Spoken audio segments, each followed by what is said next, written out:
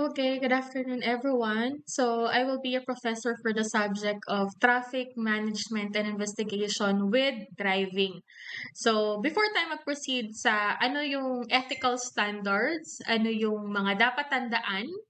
Okay? Most likely, yung iba sa inyo marunong na mag-drive, alam na yung mga protocols, alam na yung mga standard operating procedures, alam na yung mga signages, ano yung mga dapat tandaan kapag nasa kalsada. But we have to consider first, ano yung historical background?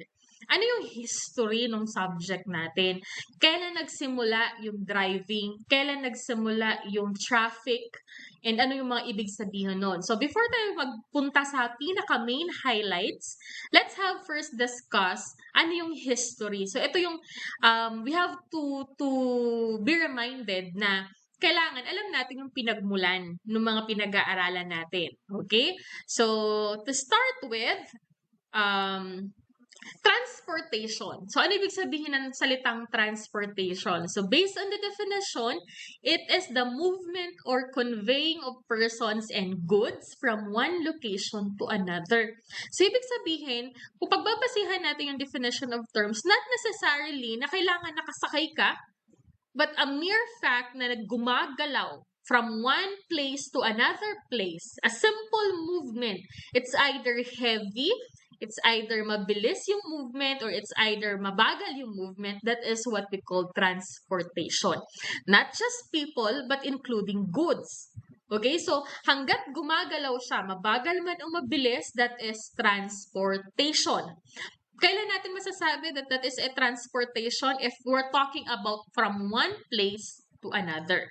Okay, so what is land transportation? So historically, it started with what we call domesticated animals are the very first transporter of goods to primitive human beings. So bago tayo nagkaroon ng makina, bago tayo nagkaroon ng machines and all, like the battery, like the gas, it started first with the animals. So yung mga animals na yon, sila yung pinaka-first mode of transportation natin of goods and human beings. So ito yung naging pinakauna or the primary, okay? So they are trained to bear loads and pull sleds. Horses, dogs, donkeys, camels, and other suited animals are example. Okay, so based on the image, based on sa picture na nakikita natin, they are not just the horse, hindi lang yung mga camels yung pinaka nag-start or hindi lang sa kanila nag-start yung mode of transportation. So even the dogs, donkeys, and others, sila din yung isa sa mga primary or first animals na naging convenient ang buhay ng tao to transport not just the human beings, but including the goods. So, horses, dogs, donkeys, camels, sila yung pinakaunang mga hayop na naging katulong or naging convenient or para maging convenient yung buhay ng tao by means of the help of these animals. Next is the invention of the wheel. Okay, so hindi naman habang buhay ginagamit yung camels, although nag-i-exist pa din sila ngayon, diba? Aware naman tayo na the horse, yung mga dogs, donkeys, camels are still being used, nag-i-exist pa din sila. But now, since nagkakaroon ng evolution, we have to consider the invention of the wheel. Cited as the hallmark of man's innovation. So, di ba parang tayong mga tao, we innovate. Nagkaroon ng initiative ang mga tao na mapaganda palalo or mas maging convenient palalo yung mode of transportation. Most inventions were inspired by the natural world, but no will exist in nature. It's 100% Homo sapiens invention. Bacterial flagella, dung beetles, and tumbleweeds come close, but then even they are wild organism in the loosest use of term, Michael Rivera, professor of biology and anatomy. So hindi po siya instant, okay, na nabuo yung wheel. So there are a lot of derivations, there are a lot of innovations happen para magkaroon ng wheel yung gulong na yon. Okay? So it started from a study which talks about biology and anatomy. Okay. Now you can see the evolution of wheels. Okay, from the biology, from the anatomy, nagkaroon na ng version. Okay? There are versions of wheels na para mas maging convenient, para hindi naman kawawa yung mga animals, although may mga animals pa din, pero kahit papaano hindi na soul na yung hayop lang yung gumagalaw. There is a help because of the innovation of this wheel. Several significant inventions predated the wheel by thousands of years. Sewing needles, woven cloth, rope, basket weaving, boats, and even the flute. The first wheel were invented to serve as a potter's wheel around 3,500 before Christ in Mesopotamia. 300 years before they were used for chariots. So, ibig sabihin, from the innovation, di ba? From the improvement of this wheel, yung mga unang tao na natin before Christ, sila yung unang tao na gumamit ng innovation of wheel. So, the if you could see the difference, the transition, the improvement for purposes of convenience ng buhay ng tao, from a typical bilog, nagkaroon na siya ng changes, napaganda ng maayos, and it will also depend doon sa anong klase ng kalsada yung paggagamitan. Kasi it will always depend kung yan ba ay mabato, malupa, or buhangin. Okay. So, for the purpose of seeing ano yung innovation na yun, diba? From the typical wheel, it started from the carts and wagons. So, kung titingnan natin, yung carts na yan, na nag-i-exist pa din naman sa atin ngayon, lalo na sa mga farmers, diba? Or kahit na sa mga urban or rural areas, it exists. Yun nga lang, may mga innovation na parang na-modify na siya, mas naging modern. So it began to appear in the Tigris Euphrates Valley about 3,500 before Christ when the wheel was perfected and later appeared in Egypt and China. So hindi rin siya instant kung titingnan natin, na hindi rin ganun kadali na na-develop yung wheel na yon. Okay? So it started when during the 3,500, so nagkaroon din siya ng inadapt na siya ng ibang bansa, and then later on, mas napa-improve pa siya. Wheeled vehicles could not use the narrow paths used by pack animals, and early roads were soon being built. Kasi nga, hindi naman lahat ng wheeled vehicles, again, kanina sinabi natin na it will depend on what particular road and anong klase ng wheel yung ginagamit.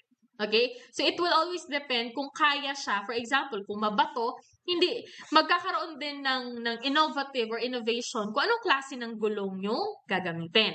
Romans, major builder of roads in the ancient world, there will constructed roads led from Rome to most parts of the expanding empire.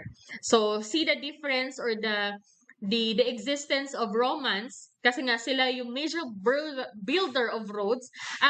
Kung makikita nyo yung mga memes sa social media, diba, na kung ano yung itsura ng engineering before, yung kalsada, na bakit sobrang tibay ng mga kalsada before. Okay, there is a joke na compare sa mga kalsada ngayon na parang konting or ilang gamit lang, nagkakaroon na ng biyak, nagkakaroon na ng lubak, nagkakaroon na ng butas. But if you will compare daw doon sa mga ginawa ng mga sinaunang tao, you will see the difference of how gaano katibay yung mga kalsada before compare sa mga kalsada natin ngayon. In connection also to that, railways, okay, eto inabot na natin to. Railways were invented long before steam power.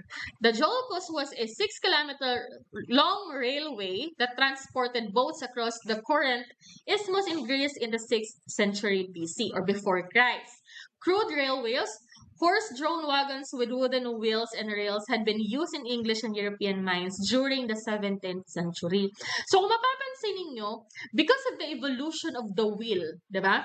Kung dati ang transportation natin is by means of animals, and then later on, nagkaroon ng development ng mga wheels, and then from wheels, because of the innovation also ng mga gulong natin, because it will depend kung anong klase ng kalsada meron, nagkaroon na rin ng development about railways. Kasi yung gulong, doon na siya gagaygay doon sa railway na yon, yung daanan ng gulong na yon. Mismong, mas mapapabilis yung mode of transportation natin because of the existence of this railways. Na yung ibang lugar, they are still using that, pero yung iba hindi na rin na-maintain. Siguro because dahil sa luma or hindi na rin siya na-maintain.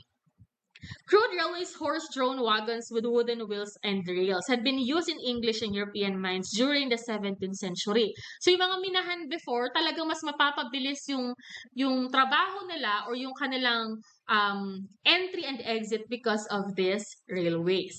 Steam locomotives inventors like Richard adapted it to the mine railways between 1797 and 1813. So again, yung mga passage, yung mga caves na yan, that is because of the improvement or yung railroads na yan from railways, okay? Yun na yung nagiging mode of transportation nila sa loob, papunta sa mga minahan. So until now, it also exists. May mga provinces pa din na talagang ginagamit pa rin ito for the continuation of the operation ng mga minings.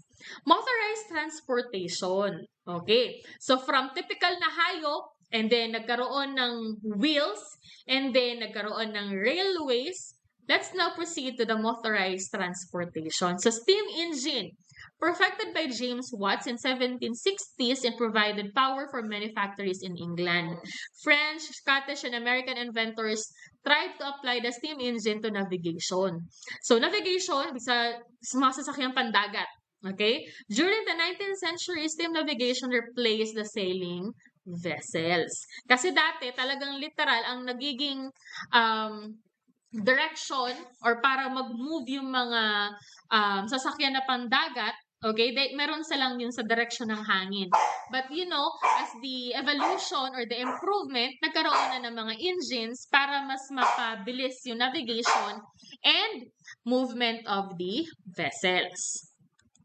Okay, so steam locomotive. So ito na yung development ng ating mga sasakyan.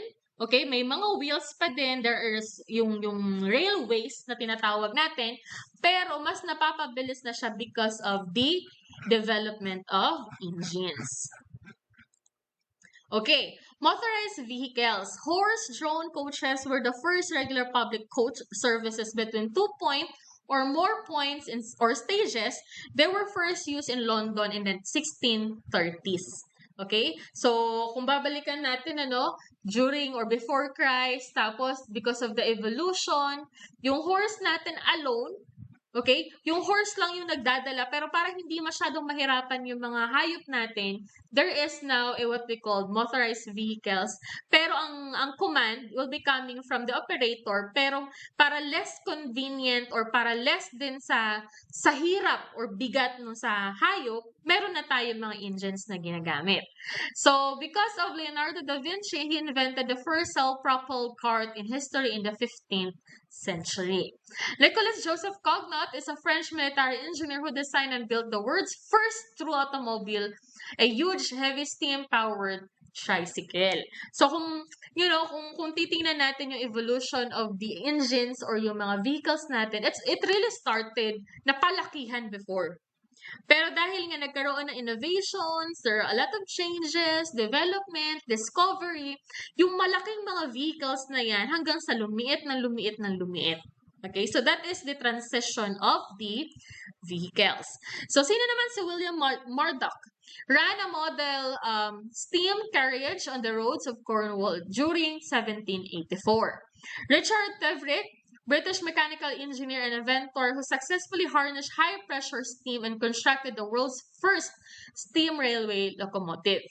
Goldsworthy Gurney put a steam engine in a coach in 1830 to make the first powered BAS, the first commercially successful steam carriage builder. So BAS is short for omnibus, which means for all.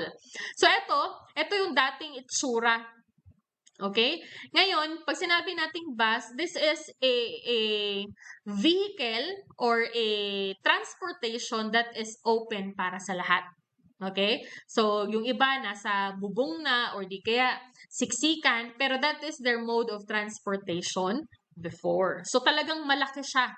Pero yung gulong, okay, merong nag-ooperate. So, yun yung doon nag-start yung innovative. Doon nag-start yung improvement of the mode of transportation.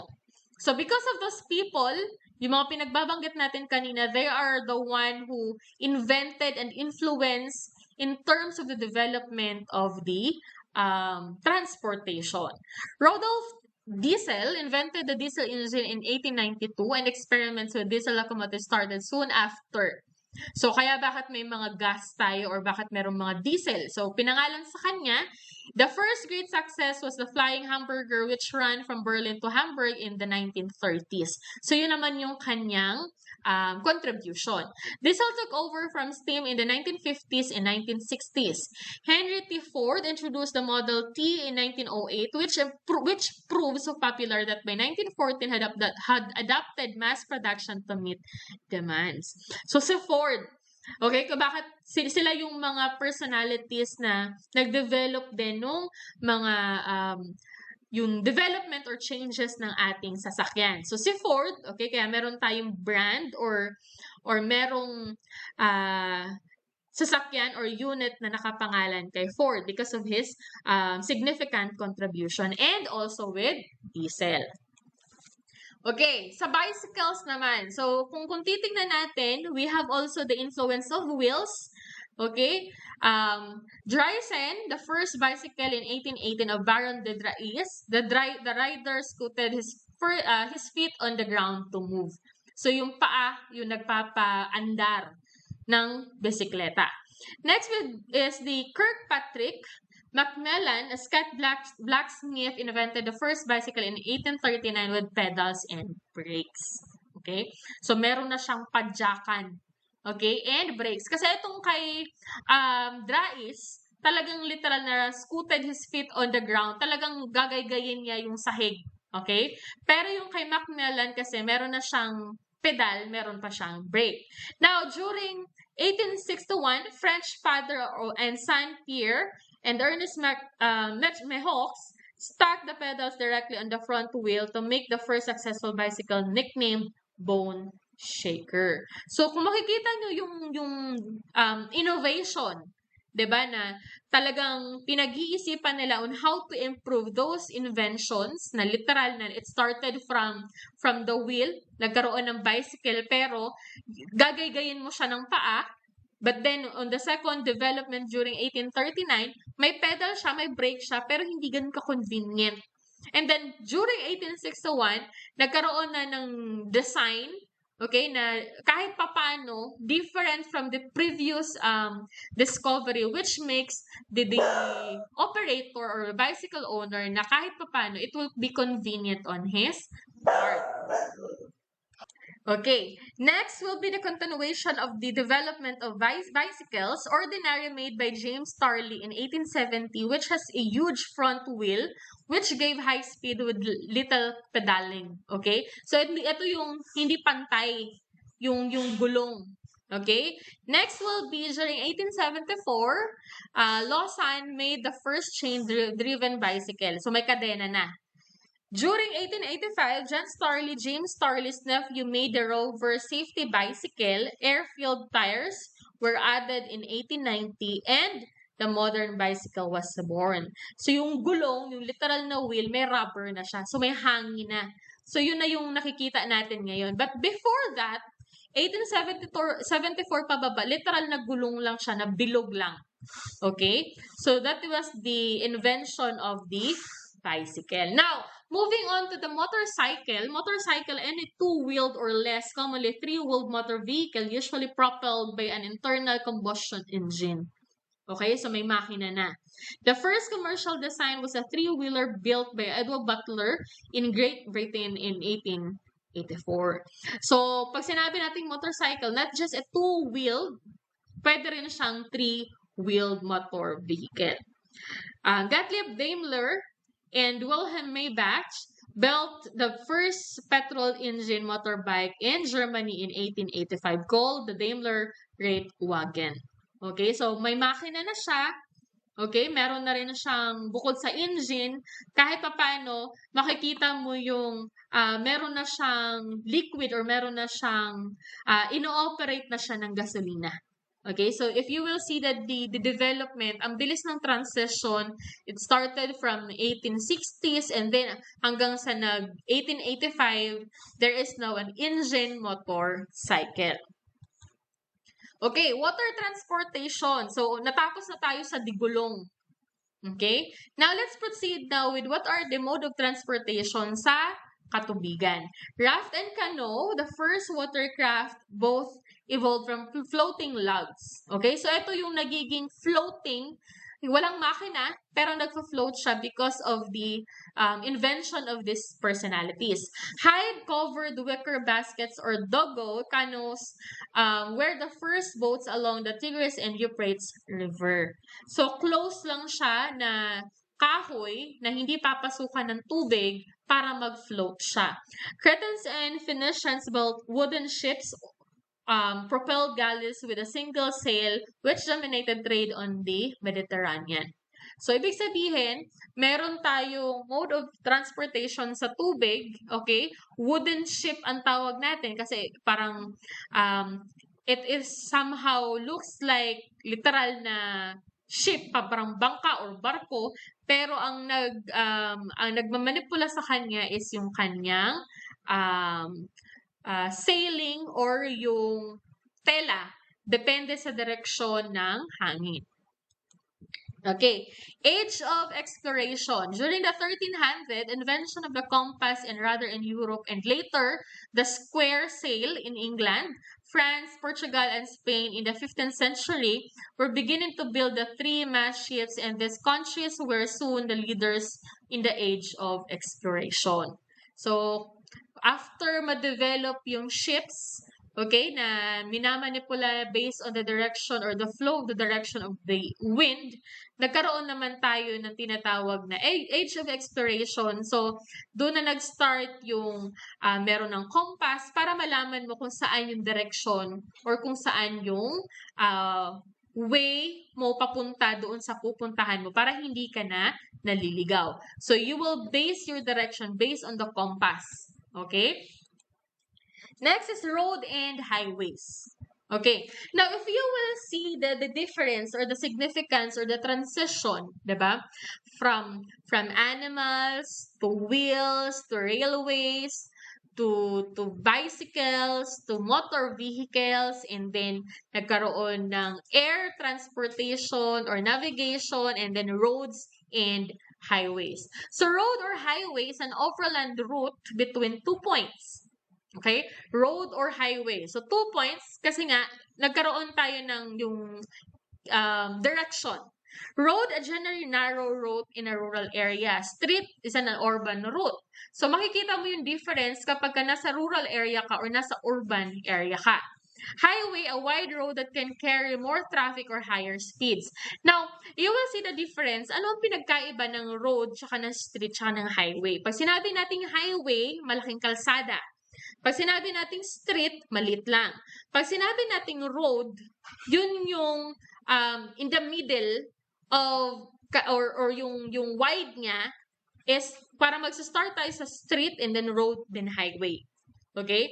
So, kaya nga makikita nyo yung difference sa bakit may mga tricycle or depende sa kalsada na ipinagbabawal na yung tricycle sa mga main highways. In the United States, a major highway, a multi-line divided roadway with limited entrances and exits is called an expressway. Limited entrances and exits kasi nga talagang ang design nga lang is para sa mga express users. Okay, so marami naman na kayong nai-encounter dito sa Pilipinas or lalo na sa mga expressways, 'di ba? The SLEX, the NLEX, TEPLEX, yun yung mga expressway na there are really specific exits and entrance. Okay? Freeway, ito yung has no tolls, walang binabayaran. Turnpike, yun yung may mga bayad. Other names are used as well. So, motorway, autobahn, Ostotrada. So, depende sa place or country. Pero sa atin dito sa Pilipinas, we have this freeway and turnpike. Merong mga lugar na may bayad, depende sa convenience mo or depende sa need mo. If you are in a hurry or urgent, kailangan dun ka dumaan sa mga expressways, yun nga lang, merong mga bayad. But if you will be using the service roads, wala naman mga bayad yun. Yun nga lang, the consequences are yung heavy ng traffic. Okay? So, historical development.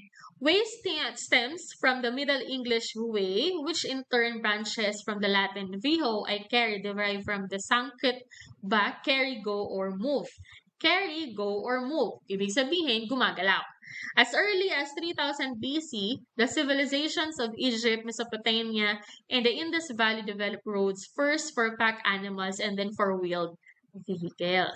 So, kung makikita nyo yung iba't ibang klase ng kalsada na meron tayo, even no mga early 2000s, diba? The development ng mga kalsada natin na now, if pag pumunta ka sa mga probinsya, if you will see the development, you will compare na ito lang yung kalsada natin dati. Puro lubak-lubak, bato-bato. Pero ngayon, as much as possible, we were trying to develop all our roads for the safety of the users or the transporters.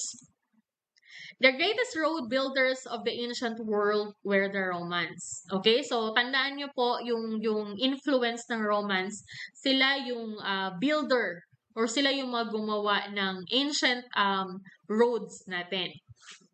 They are very conscious of the military, economic, and administrative advantages of a good road system. So, para sa atin naman sa atin naman ngayon, it is very important na maganda yung road kasi that will be the basis of the development of that certain place. Okay? Kapag maayos ang kalsada, mas napapaganda yung ekonomiya. Okay? Or di kaya yung point of entry and exit ng mga goods from this place kasi nga makikita na okay, na-develop yung isang lugar, mas dinadayo ng mga businessmen or yung negosyo because of, the easy access of the goods from one place to another kung maganda yung kalsada. France, generally credited with the first successful laying of pavements of asphalt mastic in the early 19th century. So, may mga kalsada tayo or most likely, hindi man 100%, pero majority of our roads, lalo na yung mga highways, naka-aspalto. In the middle of the century, both France and England used compressed rock asphalt for city streets, and in the United States, a natural asphalt was used. Okay? So, ongoing pa rin to. May mga kalsada pa rin tayo na hindi pa rin naka-asphalto, pero there are a lot of roads also na talagang ini-improve. Asphalt is greatly used because it produces a dust-proof surface. Okay? Transportation in the Philippines. So, dito na.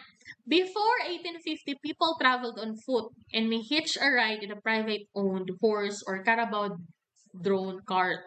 So, sa atin sa Pilipinas, okay, we adopted this one, yung mga wheeled, pero may mga kalabaw, may mga kabayo na yun yung humahatak doon sa nakasakay or dun sa goods na isinampa dun sa hayop.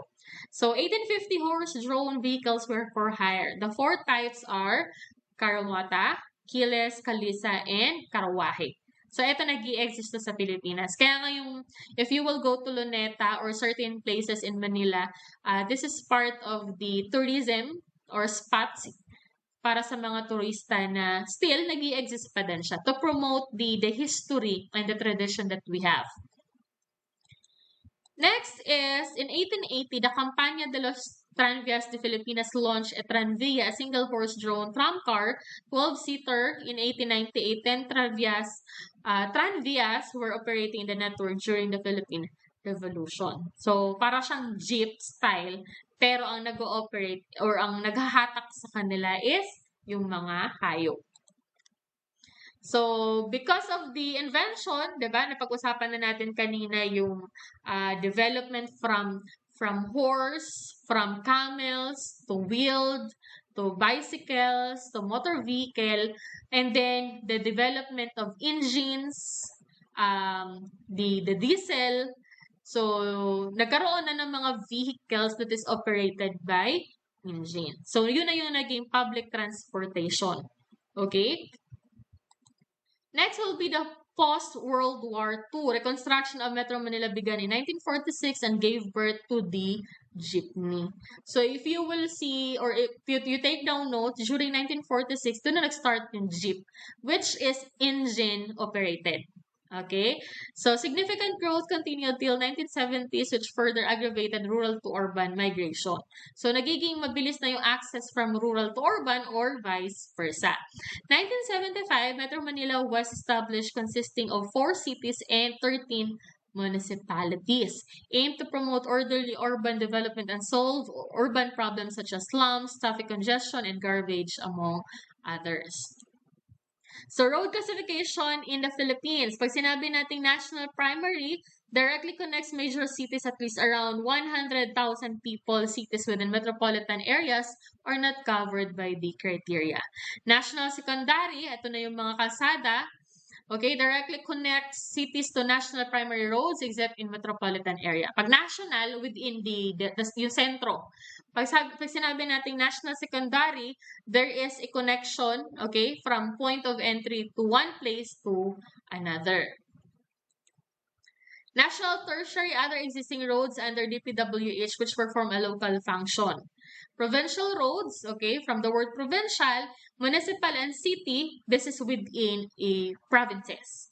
So you will see the difference of, you know, how the evolution happens during the 1900s. So barangay roads, okay, from barangay itself, expressways. Okay, so really the evolution and the convenience of using the roads has been migrated.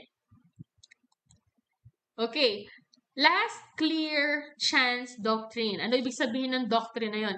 The doctrine of last clear chance provides that where both parties are negligent, but the negligent act of one is appreciably later in point of time than that of the other, or where it is impossible to determine whose fault or negligence brought about the occurrence of the incident, the one who had the last clear opportunity to avoid the impending harm but failed to do so. So if you will see that this image, you will see or appreciate sino may kasalanan. Kasi this is a, sabihin nating, negligent between the two parties. Okay? But the doctrine says is kung sino yung may opportunity, okay, to avoid impending harm but failed to do so. So, since ikaw yung nasa likod, for example, the gray vehicle, siya yung nag-bump doon sa nasa harap, kaya umangat yung kulay blue na sasakyan. But the question is, yung gray kasi, he has the opportunity to have or to sabihin natin maiwasan sana yung pag-bump niya kung nakapreno siya. Kasi hindi naman na makikita or hindi naman na kontrolado ng blue na sasakyan. Sabihin natin bigla siyang promeno, but since we have this doctrine or saying of keep distance, diba? Safe distance, it should be the gray has the opportunity to control the incident.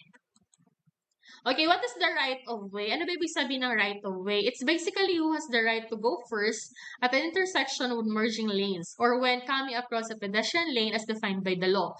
More importantly, it's about giving way to the other party as a sense of courtesy and a practice of road safety. So, pag sinabi natin right of way, we should appreciate yung ano ba aspeto ng courtesy.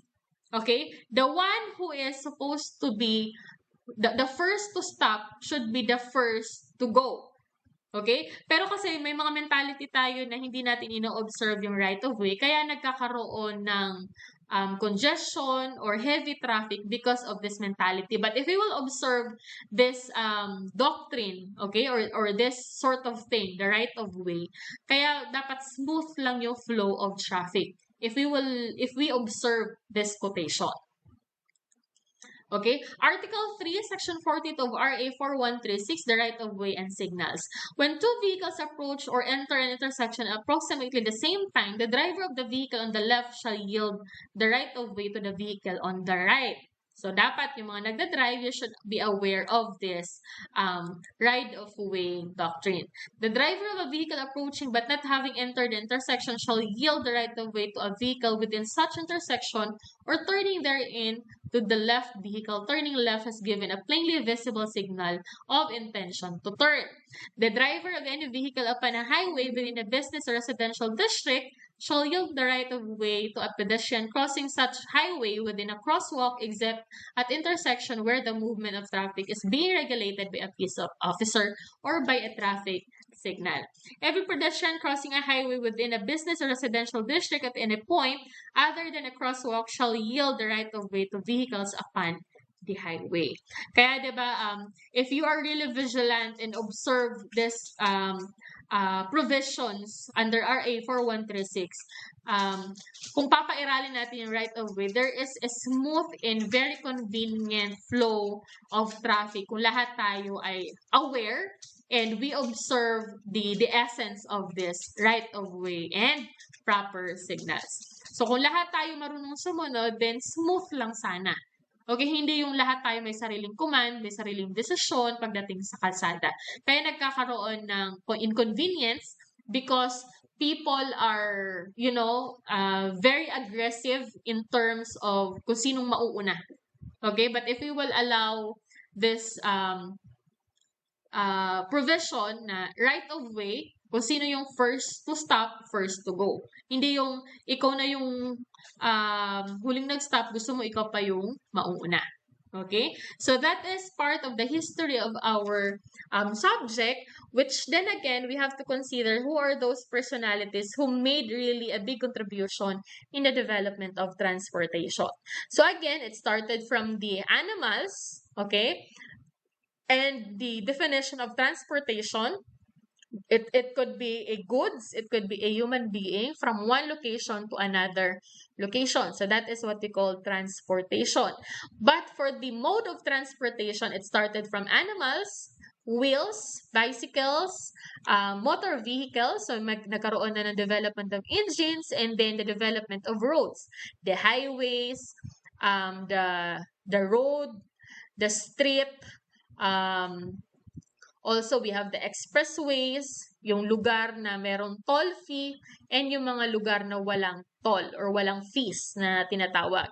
So, we have to be guided also with the certain provisions that is stated in RA 4136. So, that will be the end of our first virtual session. And then, on the next meeting, we will go deeper of what are those signals that we should consider, particularly since we are a user of the highways, the roads, but then we have to consider ano yung mga things or provisions that we should consider.